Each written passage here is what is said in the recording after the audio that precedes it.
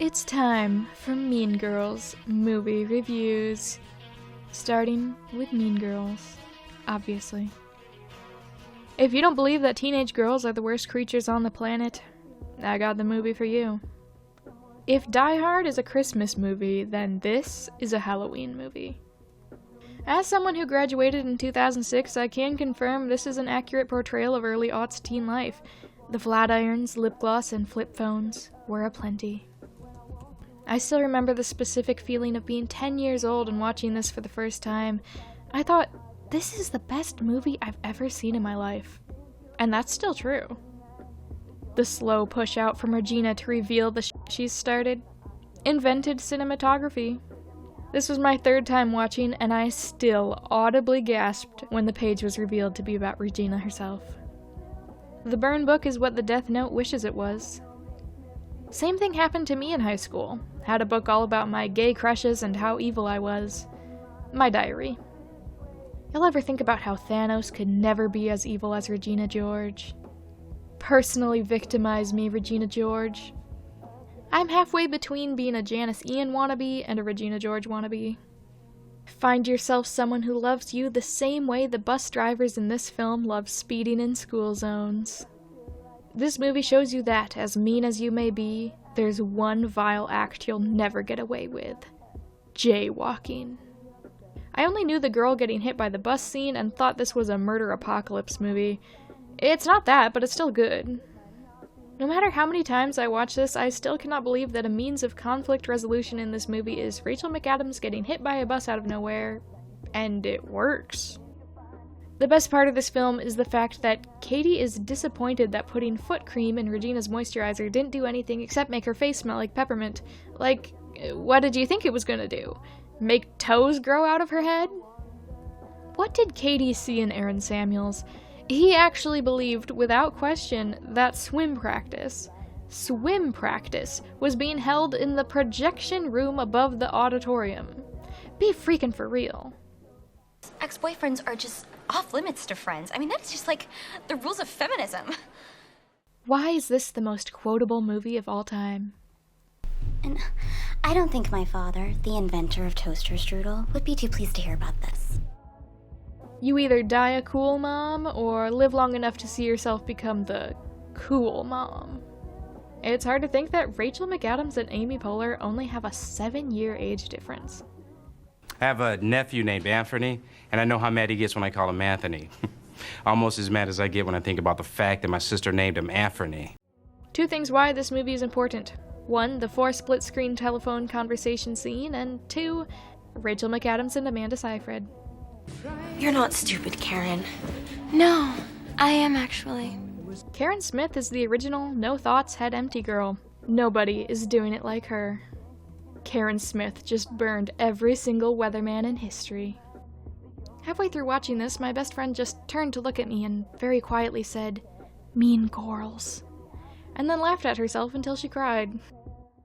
Comedy was created when Damien said, "Oh my god, Danny DeVito, I love your work!" I too am almost too gay to function. When I first watched this, it marked the beginning of a 3-month Mean Girls phase, where my whole life revolved around this film. And I mean my whole life. It was all I would ever talk about. I tried to recreate the events of it in real life. I learned the Jingle Bell Rock dance. I quoted it constantly. A dark time. The Jingle Bell Rock scene invented the holiday season. It's true. A film where both Halloween and Christmas are crucial to the plot? My friend called this the real Nightmare Before Christmas of our time, and I'm inclined to agree. I want a whole movie based on Glenn Coco. Like, he got 4 candy canes. He must be amazing. Why should Caesar get to stomp around like a giant while the rest of us try not to get smushed under his big feet? What's so great about Caesar? Brutus is just as cute as Caesar. Okay, Brutus is just as smart as Caesar. People totally like Brutus just as much as they like Caesar. And when did it become okay for one person to be the boss of everybody, huh? Because that's not what Rome is about. We should totally just stab Caesar! The best monologue in the history of Western literature. Mean Girls is to cinema what the Mona Lisa is to art. Me watching the part where Lindsay Lohan breaks off a piece of the spring fling crown and throws a bit to everyone. The power that has. The intelligence that that has, the clearance that that has, the access that that has, the influence that that has, the profile that that has, the international implications that that has. On the one hand, I'm not a simp, but on the other hand, I'd love to have some nice long conversations at a pancake store with Cady Heron and talk about our lives. This movie makes me thankful that I was a homeschooled jungle freak, minus the jungle. I swear one day I'm gonna develop a freaking religion around this movie. When we get heretics, we can cast them out by shouting, "You don't even go here!" Mean Girls implies the existence of median girls, mode girls, and range girls.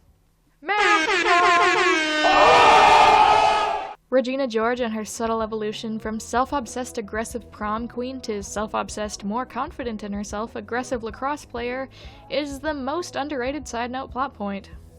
Everyone who watched this probably wonders, how did Regina turn out at the end of the film? Did she become nice? But here I am wondering if Damien got his pink shirt back. Maybe it's just me, but I feel like this movie would be better if they killed someone. Just a thought. Don't say it, don't say it, don't say it, don't say it, don't say it, don't say it, don't say it, don't say it. That was so fetch. It's so fetch and gruel. Mean Girls 2.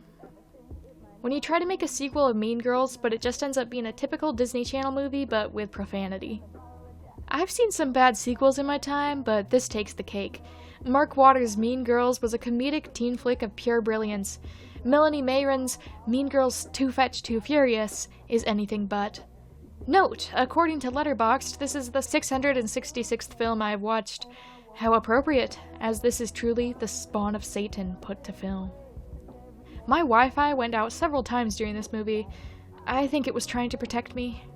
The origin of the pick-me bruh girl.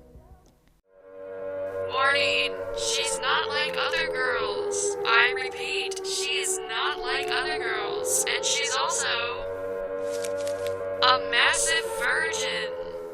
Don't even get me started on the main biker chick character, cause she just annoys me.